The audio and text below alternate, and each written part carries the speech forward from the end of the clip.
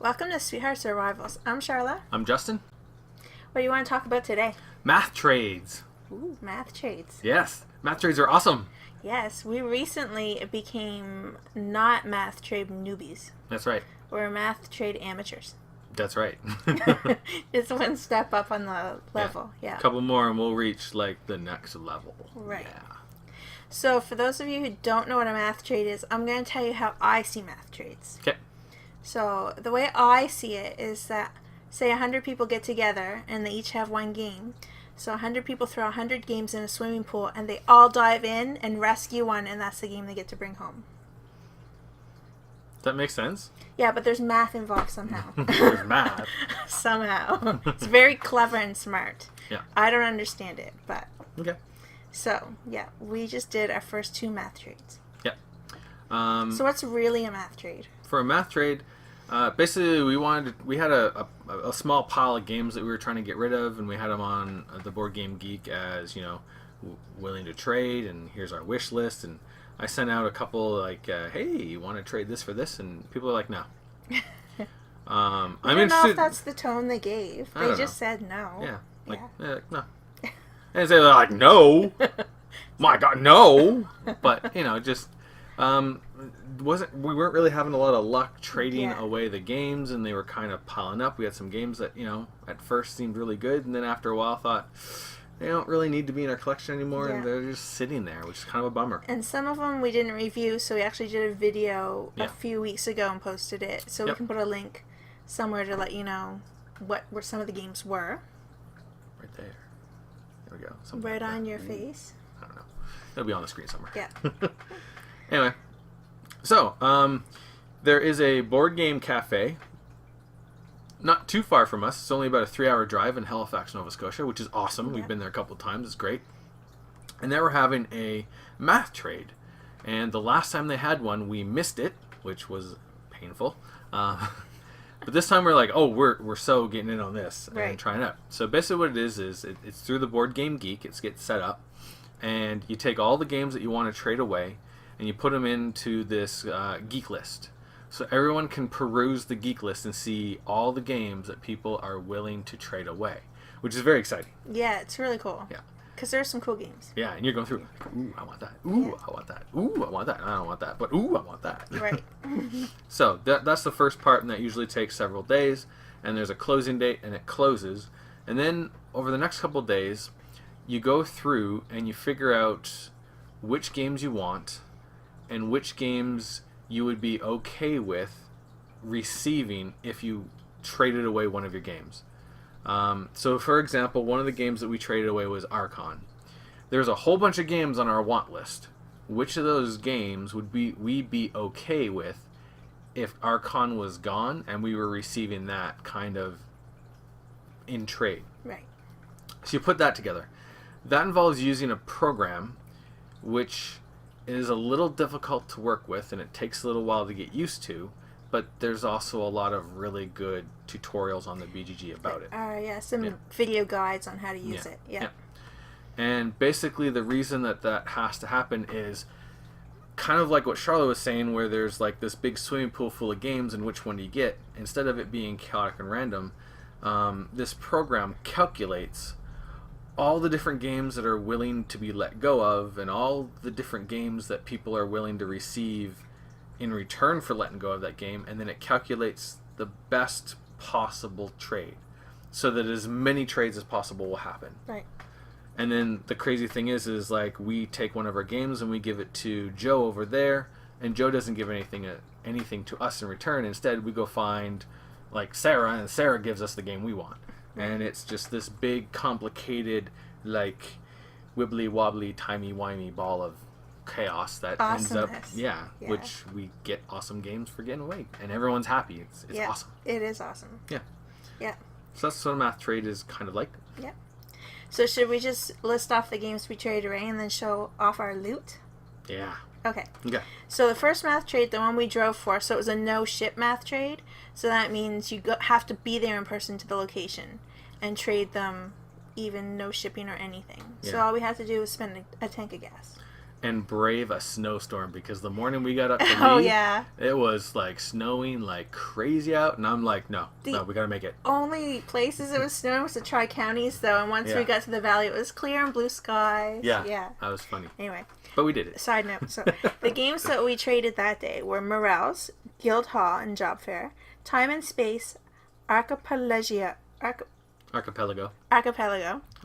I say it the old I way. know. Archipelago. We invented a way to say it, Sounds and cool. now it's hard to say the real way. It doesn't matter because it's gone. Forbidden Desert, Yep. Karma Race, Smash Up with 2 expansions, Yep. Mage Knight, and Chronicle, and a bunch of other card games. Genji, Council of Verona, Love Letter, and Verada. Yeah. Those are the ones that we traded away. We had a couple others on there that didn't actually get traded. Right. That we'll talk about those later. Right. Yep. So what kind of loot did we get? We got lots of awesome loot. It was just awesome. So we got rid of Morels, and it's not like we received this game for Morels, but it kind of feels that way. So this is what we got for Morels. Oddball Aeronauts instead. Oop, that's upside down. There we go. And we got the full Kickstarter, so we got a little tin and some extra cards, and that's kind of cool. Can't wait to get into that little 2-player game. Yep. Yeah. And then the second game we received was Dominion Intrigue and Prosperity, the expansion.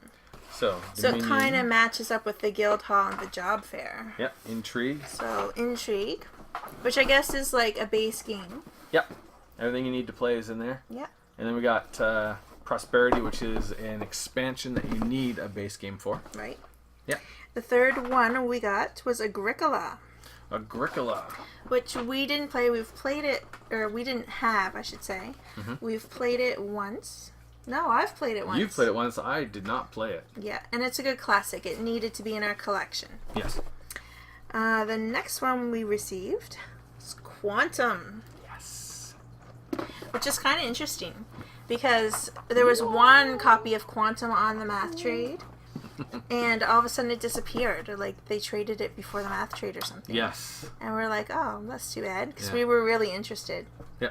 Anyway, one showed up like the second to the last or the last day. Yeah, that was awesome. And we weren't expecting to get it, but Nope. it's awesome. And we're sitting there doing the math trade, and this guy comes over to serve us and asks us, what would you guys like? And then he looks over at Luton's like, oh, you guys are the ones that got my copy of Quantum. And we're like, that's right. Thank you very much. Now go away. No, we weren't like that. No. It's funny. And the next thing we got was Dominion, just the base game. We did, actually, there was a lot of Dominion. On the math trade. On the math trade. Yeah. So, it's that's one of the tricky things with the math trade is if there's multiple copies, there's a way you can get it so you don't end up with, hey, you just got rid of all your games and got 5 copies of the Dominion same game. and 3 copies of Agricola, yeah. So we didn't know if we were going to get Dominion or if we were going to get Intrigue, and we worked it away, and we ended up getting Dominion, Intrigue, and Prosperity, which is kind of cool because you can put all 3 of them together. Yep. So now... And we had only played that once, too. Yeah. So, and it's a good classic. Yeah. So we wanted to So now we have a nice, respectable collection of Dominion. Right. And we can do a series of videos on that now, too. Absolutely, yeah. That's cool. Yeah. So then, another one. That was, I think, maybe one of the jewels of the math trade. Yes. I have no idea how we ended up getting it, but we got the deluxe version of Carcassonne the City. Yeah. So it's all wooden pieces, and it's really cool. The tiles are wood. Yep. Everything is wood. Yep. It's, awesome. It's a nice copy. And especially for us, where Carcassonne is like the game that launched us into the hobby. Exactly. Yeah. It was a nice get. Yep. Yep. What else did we get? Let's see. Oh, this is interesting. A game that we've been wanting to try for a while because we are big into role-playing games. You more so than me. Me, definitely, yeah. So we ended up getting the Pathfinder base set, and it also came with a character add-on. So we got all the characters. The base set comes with the first adventure pack, but still a good that was a good trade start too. to that. Yep. Yeah. Looking forward to getting into that. And we received Lords of Vegas, Yeah. which apparently is a hard game to find, Yes. which I didn't realize. I'm out of the loop on that one, Yeah. so I was glad to get that. Yep. Played this once, just like Dominion, and liked it, and thought, cool. Yep. Really We'll good. Put our name in for Yeah. it. Now it's ours. And the last one, I don't have a box for it. It was the Dixit Journey. We got an expansion. Another expansion So for we Dixit. just put that into our Dixit box. Yeah. Yeah. Make our Dixit collection bigger and better. Yep, exactly. So we got all of that from our first math trade, and we had to go to the Boardroom Game Cafe to pick everything up, and it was a lot of people coming into the cafe and taking out piles of games, and who has this? Oh, those guys over there. Okay, well, here you go, enjoy that. And where's my games? Oh, those are all my games. Oh, and just, yeah, that was exciting. Yeah. And if you can get into a math trade and it's a no shit math trade, that's what I would recommend. Yeah, it's definitely worth it. Yeah. Yeah. Tank of gas and a snowstorm. And like, I wasn't so concerned with, monetary value. I was just like, am I happy that that game's gone and this is the game I'm getting back for it? But it was interesting to check out, roughly how much money we gave away. Oh, yeah, it was actually even.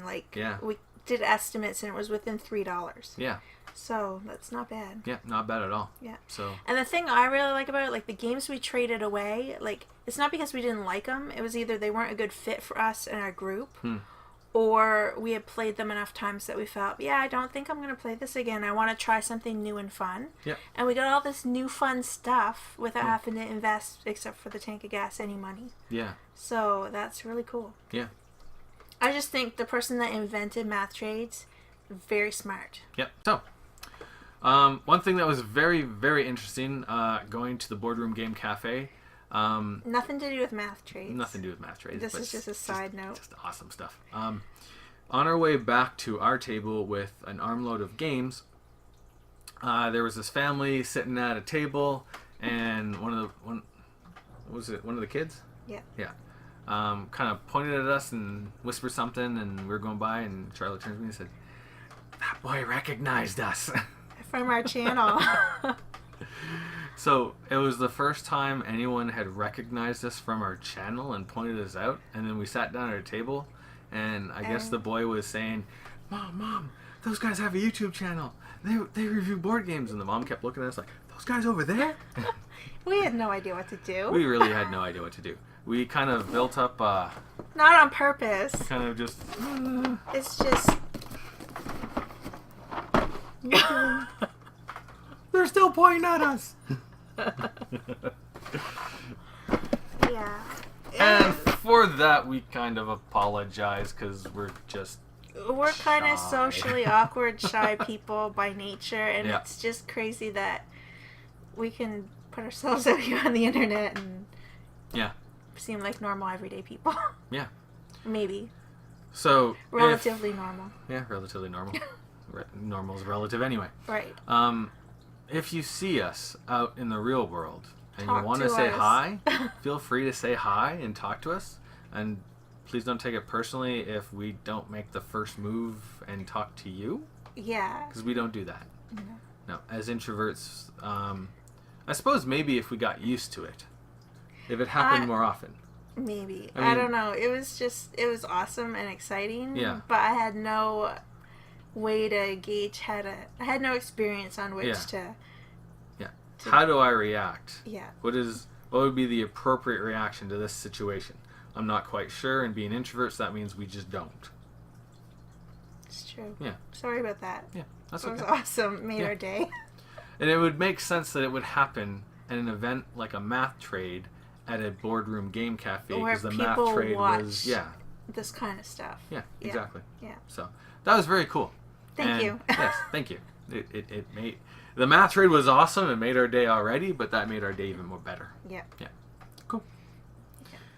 So after that math trade, we had a couple of games that didn't actually go through the math trade.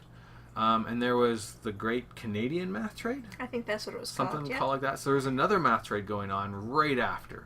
So all we had to do was put our trades up on the geek list. Yep. And then any that went, we'd have to pay for shipping, and that would be it. Yeah. So we thought, let's do that, because there was a couple of really good games that we wanted to get, and there were still a couple of games that we wanted to get rid of. We had a copy of Archon, the Kickstarter, Werewolf Inquisition, which didn't really fit our group, and then we had an extra copy of Keyflower Farmers, and so we put that out there, and they went. They did. What awesomeness did we get?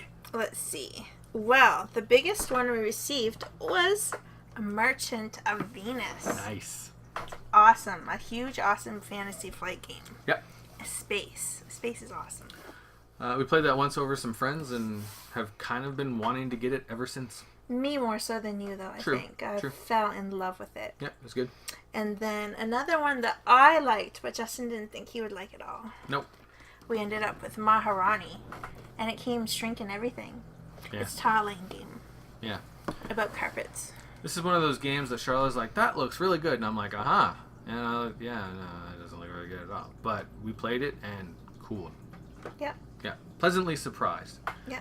And then we got rid of Werewolf Inquisition and a couple other little micro games, and we got ourselves a copy of Red November. Right.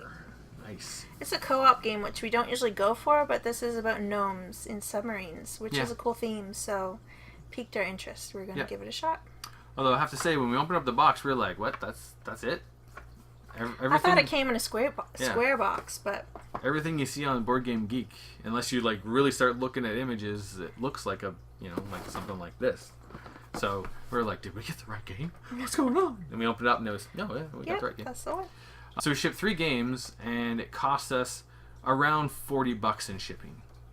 Which isn't horrible. I mean, that's just the price of a game, small game. Yeah. But I mean, the tank of gas to go to Halifax and back was about $40. So it's true, yeah. But we also had a bigger. Yeah, exactly. Which we only did 3 games that time for about the same price. So if you're going for a lot of games, definitely find a no ship, meeting up type. Yeah. Math trade. Unless money's no object. That's true. But if money's no object, you probably just buy them brand new anyway. Yeah, so exactly. Sorry. Still. Yeah. Awesome, because all of this stuff, except for one that was shrink wrapped, is all new to us, and that's a lot of awesome games to suddenly, instead of a bunch of good games sitting on the shelf that we're not interested in anymore, it's a bunch of new games to us that we're like, awesome. Yeah. Yeah. So. And all in all, they're in really good condition too. Yes. Yeah. Which is nice.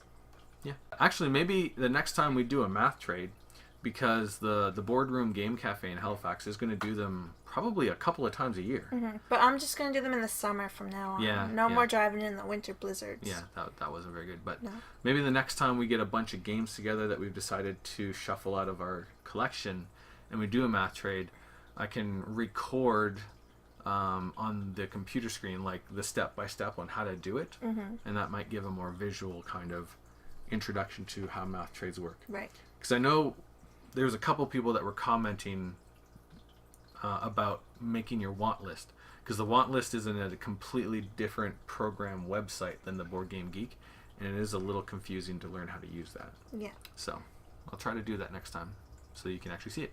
Follow up to this one. Cool. Right on. Awesome. That could be a while from now, though. Yeah, probably will. Because we don't have any games for trade anymore. Nope. None. We don't. None. All gone. Awesome. All right. That's Math Trades. Thanks for watching. We'll see you next time. Laters.